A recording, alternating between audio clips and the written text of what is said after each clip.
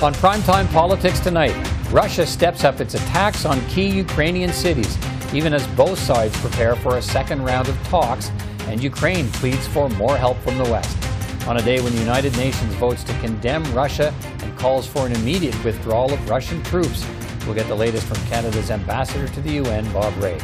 Canadian sanctions against Russia could also deal a blow to the Canadian economy, just as the Bank of Canada raises interest rates for the first time in 4 years. This economist will join me to discuss what higher rates will mean for Canadian families and what they can do to prepare. And our panel of parliamentary journalists on Ukraine and the leadership jockeying inside the Conservative Party.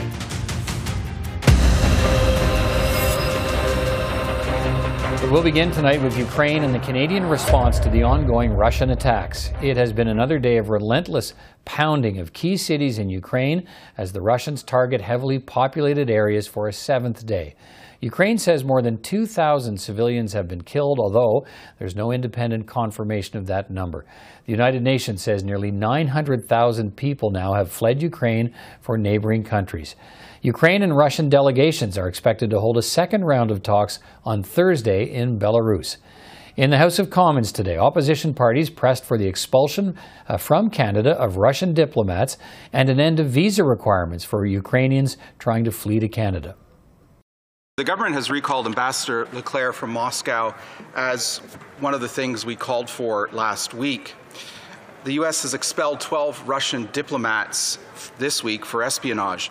If the government won't expel the Russian ambassador and his disinformation, will it at very least follow the lead of other allies of Canada's and expel Russian diplomats engaged in subversive activities here in Canada? Honourable Prime Minister.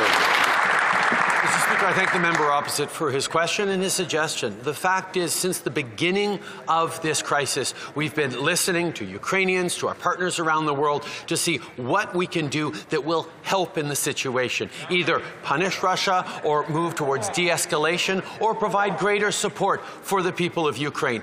We are looking at all different ways that we can make positive impacts in the lives of Ukrainians, and in ending this, we will continue to draw on all sorts of suggestions from people on things that we can indeed do.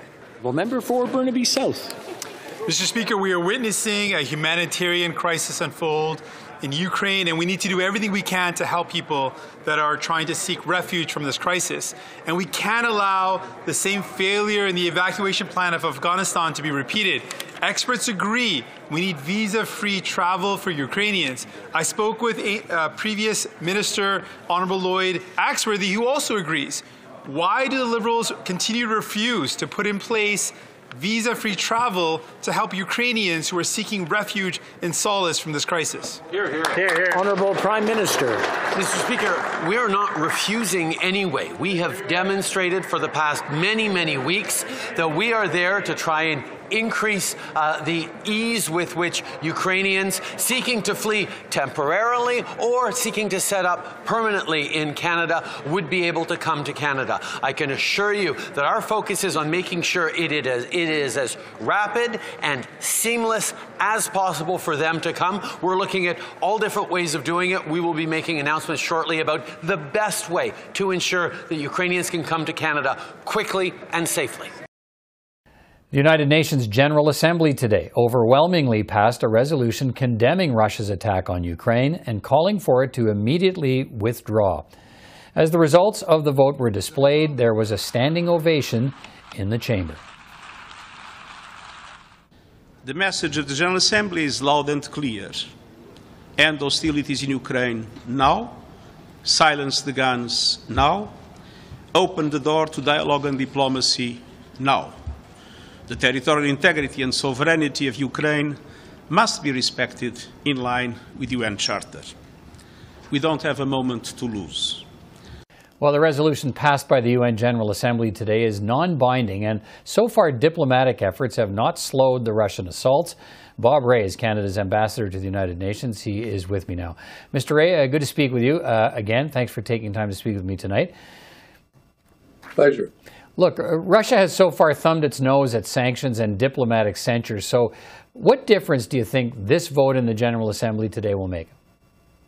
I think this vote gives us some momentum for the Secretary General to be even more engaged and to know that he has the strong support of the membership of the UN in numbers that are frankly unprecedented.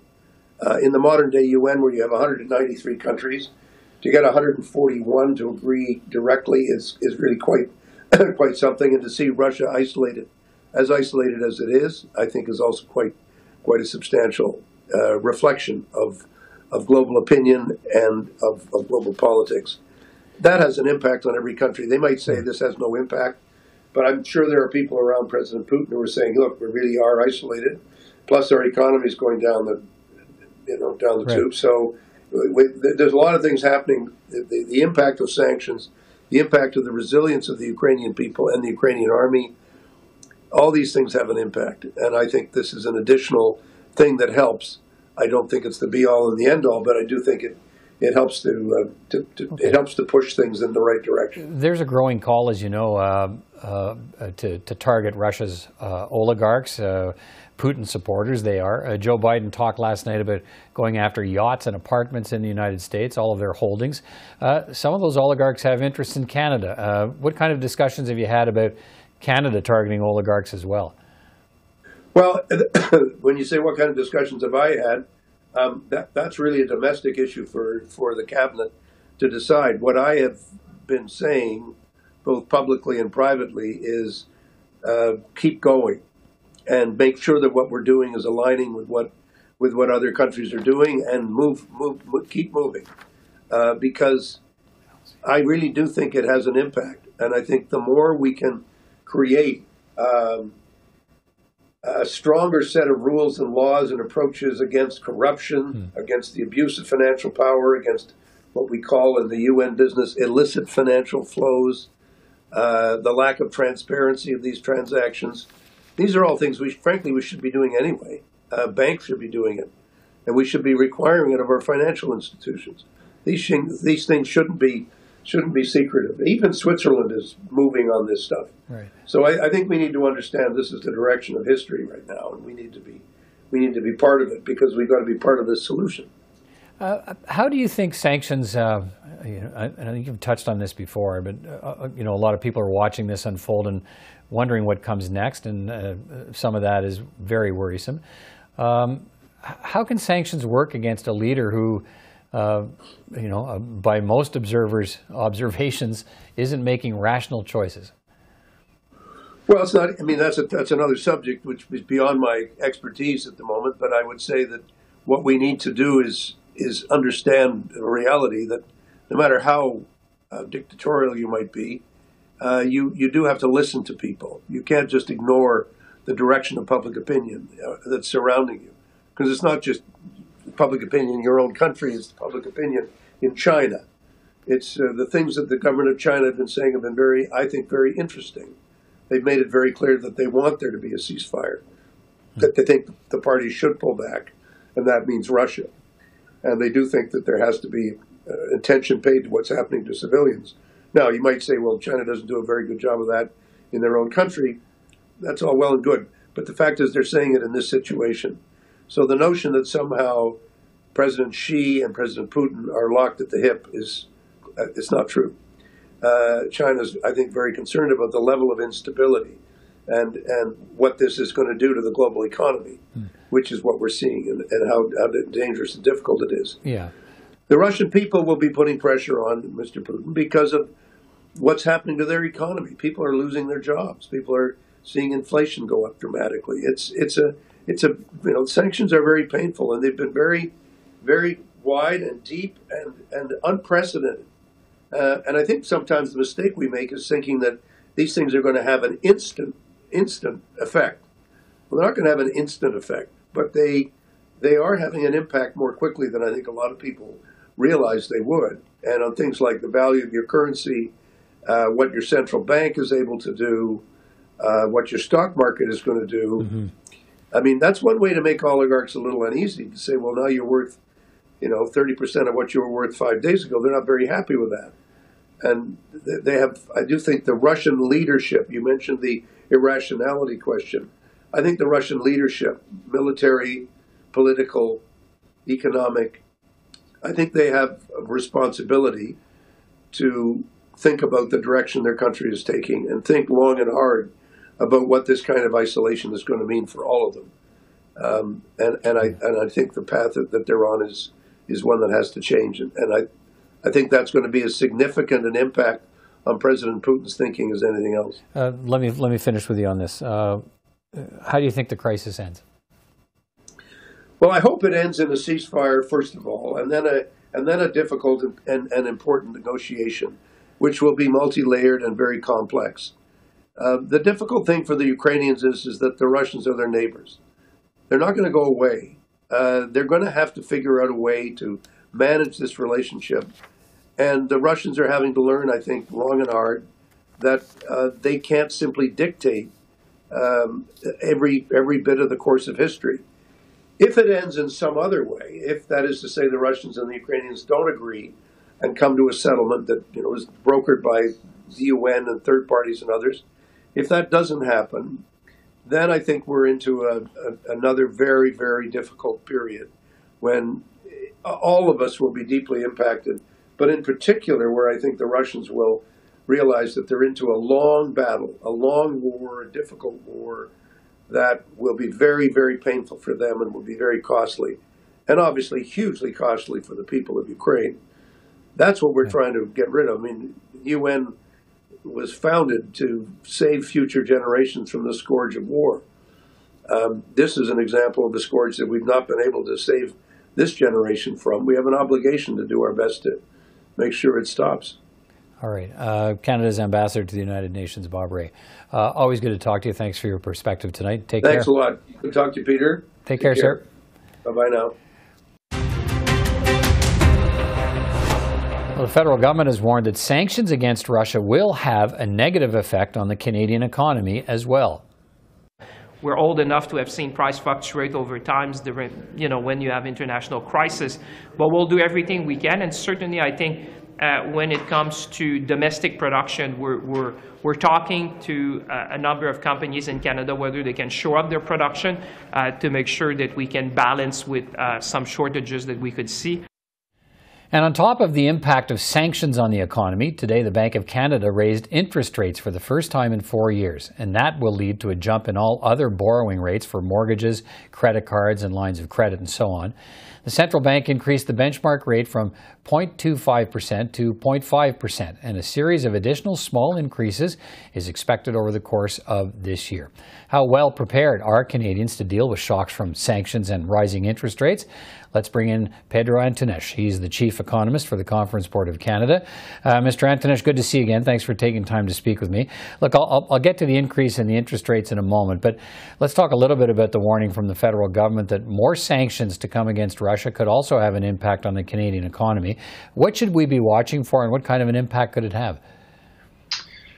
Well, I think for the most part, it's tough to know precisely what Canadian companies may have, risk with involvement in Russia directly, including some of our banks. We don't think there's a major risk there. When we look at our trade picture with Russia, we export very little to Russia. About 0.1% of our exports go to Russia, and a little bit more than that, about 0.35% of our imports come from Russia. So even there, and by the way, the imports are widespread over a wide range of industries or products. So again, we don't see a lot of exposures there. I think the risks really are going to be much more on the indirect effects. Canada's already facing high inflationary pressures.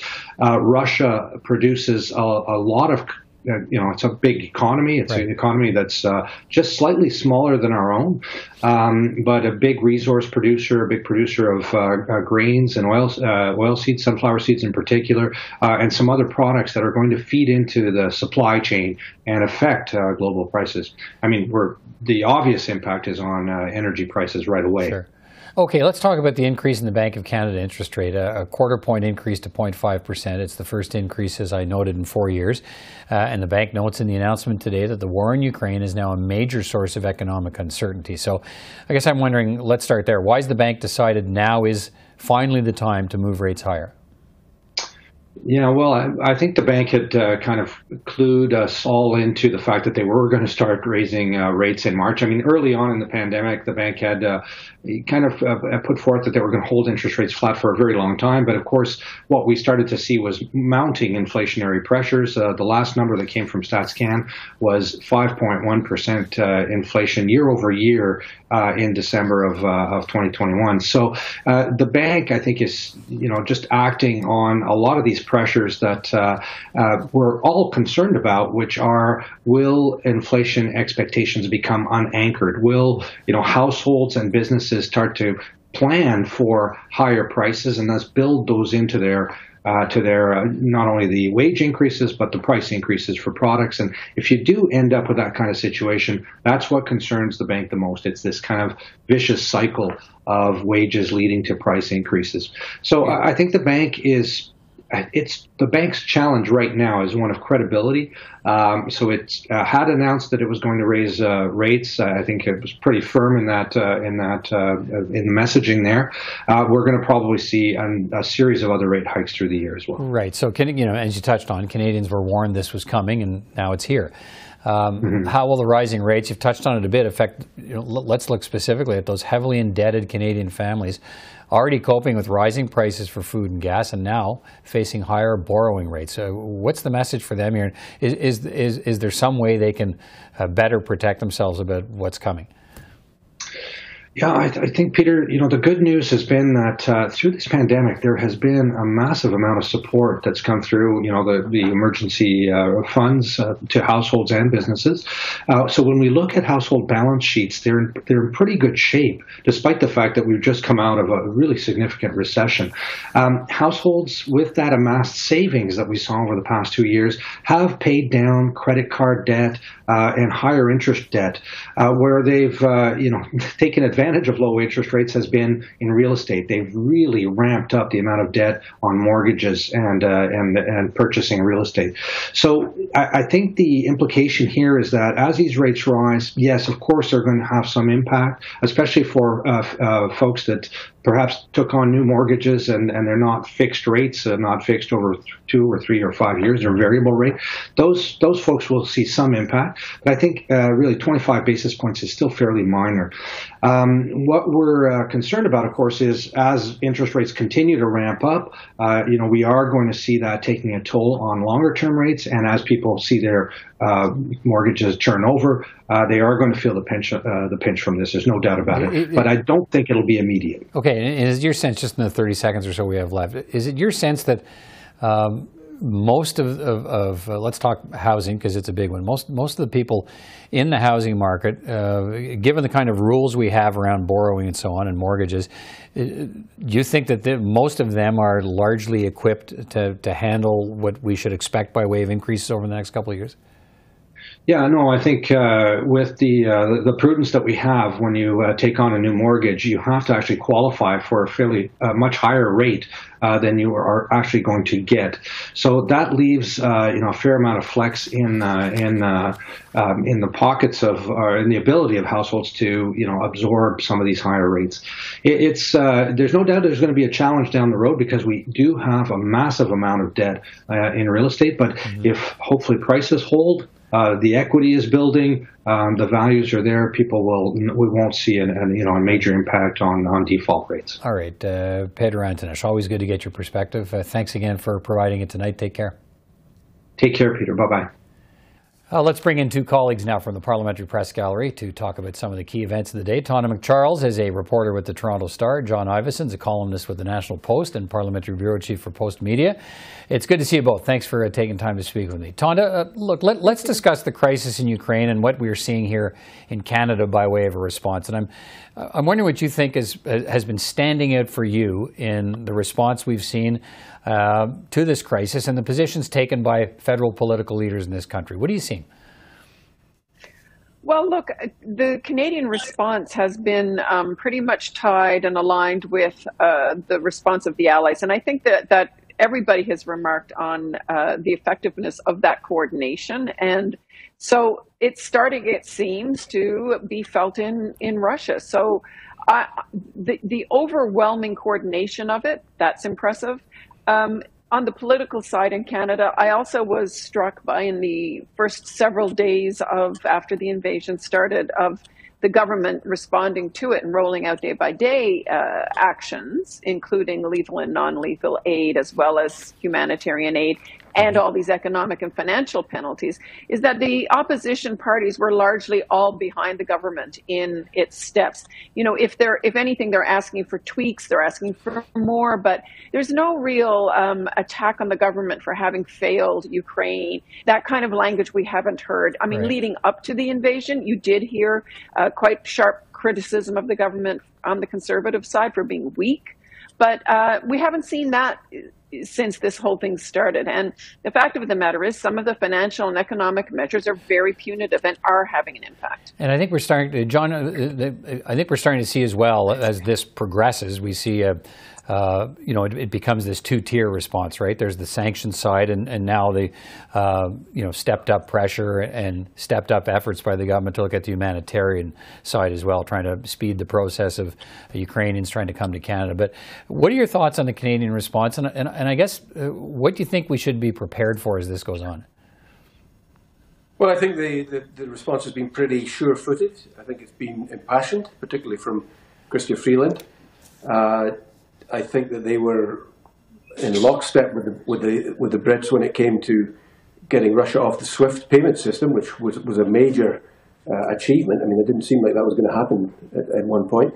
And they've been fully supportive, obviously, of efforts to freeze the activity of the Russian central bank. And all these things are having an impact. I mean, there are reports today of Russian oil companies not able to sell its crude even at discounted rates. So these things are biting in Russia. On the other side, supplying non-lethal and lethal aid, I think Canada's ability to supply lethal aid is pretty limited given the state of our military at the moment, and I think that is something that Canada is going to have to really look at in the next budget.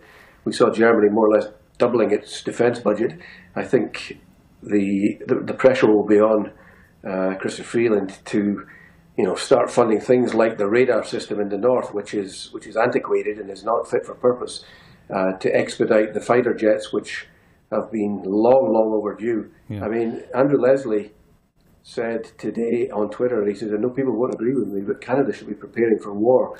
And I think that is exactly right, that this is a long, drawn-out process that, even if it takes a few years to get some of this military gear, this is not going away anytime soon. And Tonda, the Prime Minister has warned that sanctions will have a negative effect on some parts of the Canadian economy as well. Look, this government's compensated a lot of people in industries during the pandemic in particular, so there may be an expectation that the federal government will compensate any industries hurt by the sanctions that Canada lays against Russia, but it's not clear the government's prepared to do that, right? You were writing about that today. What are you hearing? Well, look, the Prime Minister did use a word in French, compenser, so that could be compensate or offset the pain. But certainly we've heard a couple of other ministers speak on it. Mary Ng spoke on it today, saying, yes, they're looking at talking to industries and to see if they can do something. But I think that might be something that there will be an expectation. If there are companies shall I say, innocently hurt in all of this, in the blowback from the sanctions. But if there are companies or assets that are held by Russian oligarchs who are sanctioned, I think that's a whole different kettle of fish. So that's something I think that politically the government is looking to be somewhat careful around. But yeah, the warning is to the Canadian public more broadly, like there's going to be an increase in the price of gas. There are going to be commodity price increases. It was interesting that the Minister of Industry, Francois-Philippe Champagne, today saying, but there might also be opportunities here for Canadian industry. Critical minerals, suddenly Canada's looking like a pretty safe supply. That's the argument, by the way, that the Conservatives are making on oil and gas.